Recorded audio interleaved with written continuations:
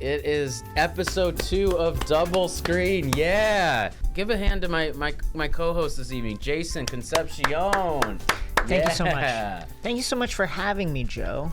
Yeah, dude. This wonderful facility where we are recording. So tonight we are going to be watching the Cleveland Cavaliers take on your New York Knicks. Jason's, I would say, one of the foremost.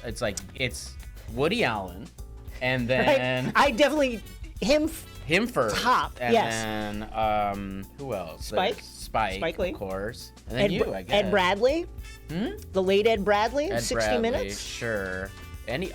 All the 60 Minutes crew. Shout out to them, and also rest in peace to all of them. That's right. You know, I was on a plane once, and I was wearing this very Knicks hat. I was waiting in line for the bathroom. I was in first class because I flexed a little bit. Okay, all right, love that. And the gentleman ahead of me came out, and as he was going back to his seat, he touched me, warmly on the shoulder, and he said, "I thought you were Spike Lee." No, I see it. Yeah, right? Yeah. I don't know if you watched last week, but it's important to me that we come up with new nicknames. Okay, let's do it. So just as the game goes on, just be aware. Like last week, Adam Pally said that his child can't pronounce Wembanyama, so he says wet banana. So I love that. We got wet banana. Had a huge game last night. Eric Gordon, we called the Greek pizza, because he owns a pizzeria in Indianapolis called Eric Gordon's Greek's Pizza. So he's the Greek pizza. So just keep that in mind. If something like... I will. Eric Gordon, I was once on a flight with him going to Summer League. He was arriving at Summer League on a plane. We were walking down the jetway together. Some young woman with her luggage in a garbage bag was also getting off the plane and recognized and was like, Eric, and then they knew each other and were like, hey. The garbage bag lady? Yeah, the garbage bag lady. Wow, he's becoming more and more fascinating every... Okay, it's tip off. And the CAVS, they win the tip. Item of conversation this week on the internet, the reckoning people were having that arguably the two best players in the league right now are white men. Nikola Jokic, and definitely the best player in the league right now. Luka Doncic. This was after his 50-point. Yeah, he had a 49, 10, 12. Yeah, the most insane stat line you've ever seen in your life. And it got me thinking.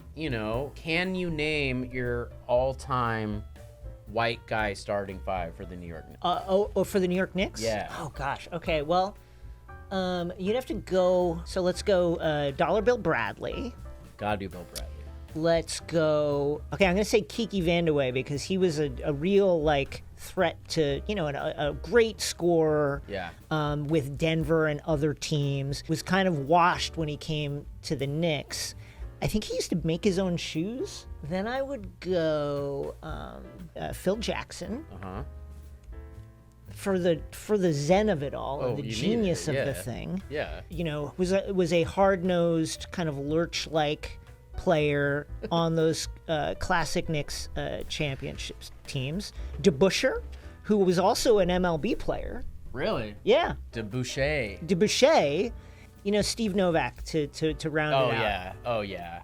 Discount double check Steve Novak. Just quickly, I thought of this ahead of time. The Wolves have, I think, more white guys to choose from, so this is easy for me. Rubio, Zerbiak, Long Island native, Gugliotta, Kevin Love, Nikola Pekovic. Long Island native Tom Gugliotta. And I will say honorable mention for maybe both of us, Alexei Shved. Oh, Shved. Maybe the worst Knick I've ever watched. Really? He was terrible. Yeah, I loved him. There was something, he had a flair though for how bad he was. Yeah, he had so much swag. Actually, the Ricky Rubio quote famously is the change that face. Yeah. That was directed at Alexei Shved, who was making a sad face because he was bad at basketball. With Peck, I was always like, I'm not going to go online and try and figure out what these tattoos mean. Oh, I mean, from what I've gathered, his post-NBA career is he's back in, I believe, Montenegro, and is just a full-on John Wick villain. He's like a gang magnate. Yeah, he's like a drug kingpin in Montenegro, which is top 5 coolest NBA players. Of Sure. all time. Love the guy. Scared of him. He was a terrifying looking guy. Yeah. You know what? What do you think are the 6 trophies? The 6 best trophies? In the world? Yeah. That's a great question. And follow-up question, does Oscar count as a trophy? Yes. Okay, then that's on there. Well, let me follow-up question. Yeah. Do the plates, like when you win Wimbledon, does a thing that looks like a plate count as a trophy? I mean, if an Oscar's a trophy, then absolutely a plate's a trophy. Okay, so I'm gonna start with the. I think the Wimbledon trophy is really classy. It looks cool. Wow, that's number 1? I have it number 1. Damn, that's unexpected. Well, because when you're winning it, it's like the king and queen are there, Yeah. and it's like Bradley Cooper and whoever. Also, it's and the only trophy that you could be like kind of cheeky and like put like deviled eggs on it. You could eat out of it, which Yeah. is so rad. Yeah. Then I would go Oscar. It's iconic. Iconic. You want it. You need it. Then I would go the old American Music Award that was like the pyramid. Yeah. Remember Like that? Lionel Richie. Yeah, just because cool shape looks cool. Then I would go the Emmy. Okay. A prime time. Sure. Prime time. So then the rest is just the descending order. And then the rest is just ascending order Emmys. Do you have a particular favorite trophy in the world?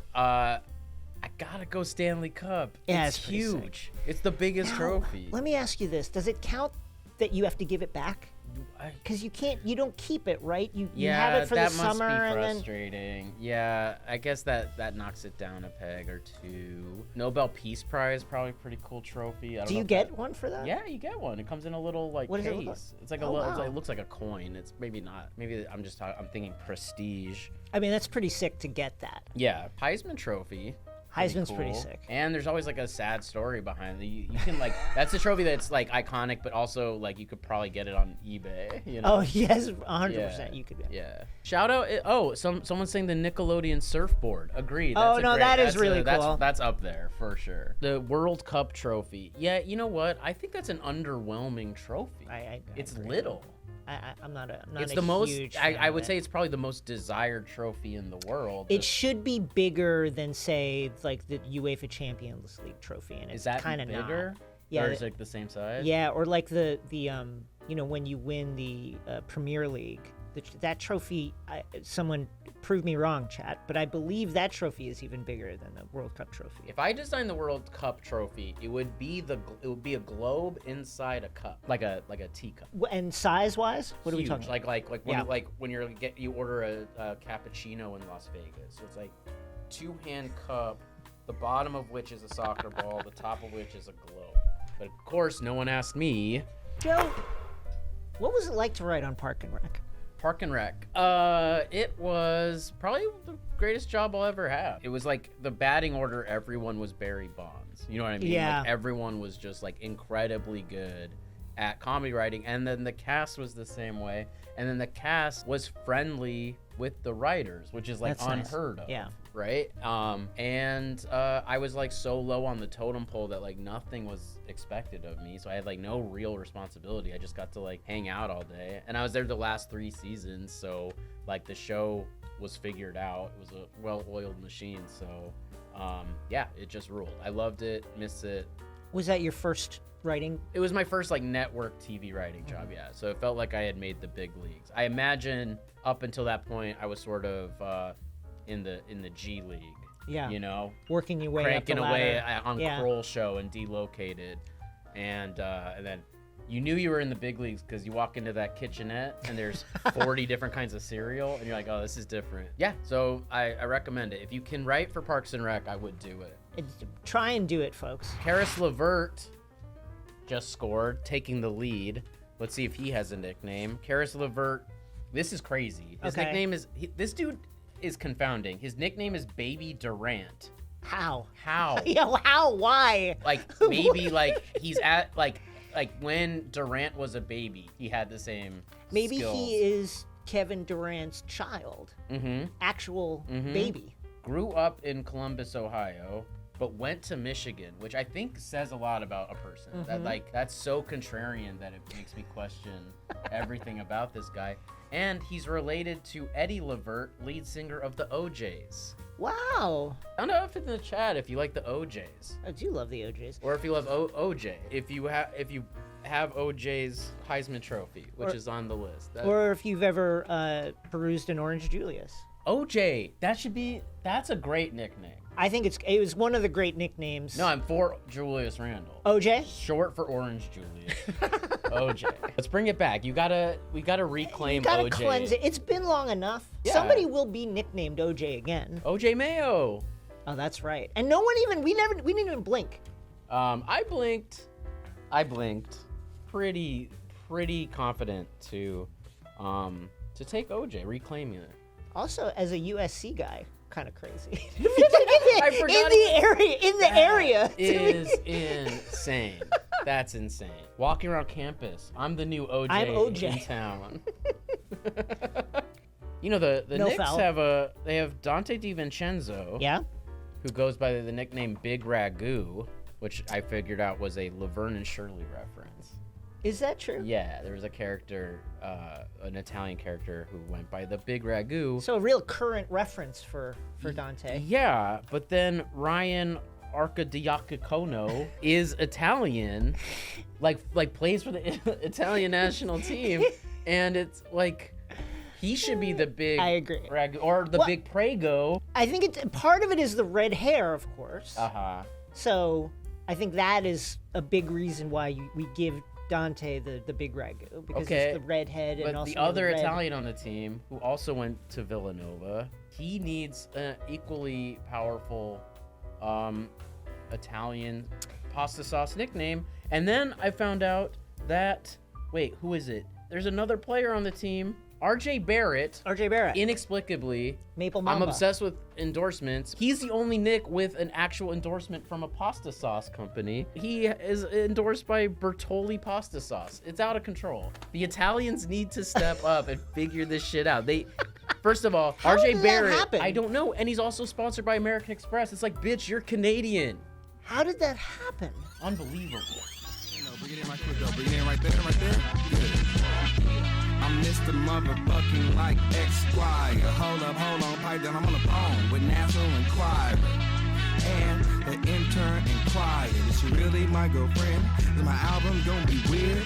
This is another question from the list of good questions for a host. Is what's your spiciest opinion about NBA Israel? opinion? Okay.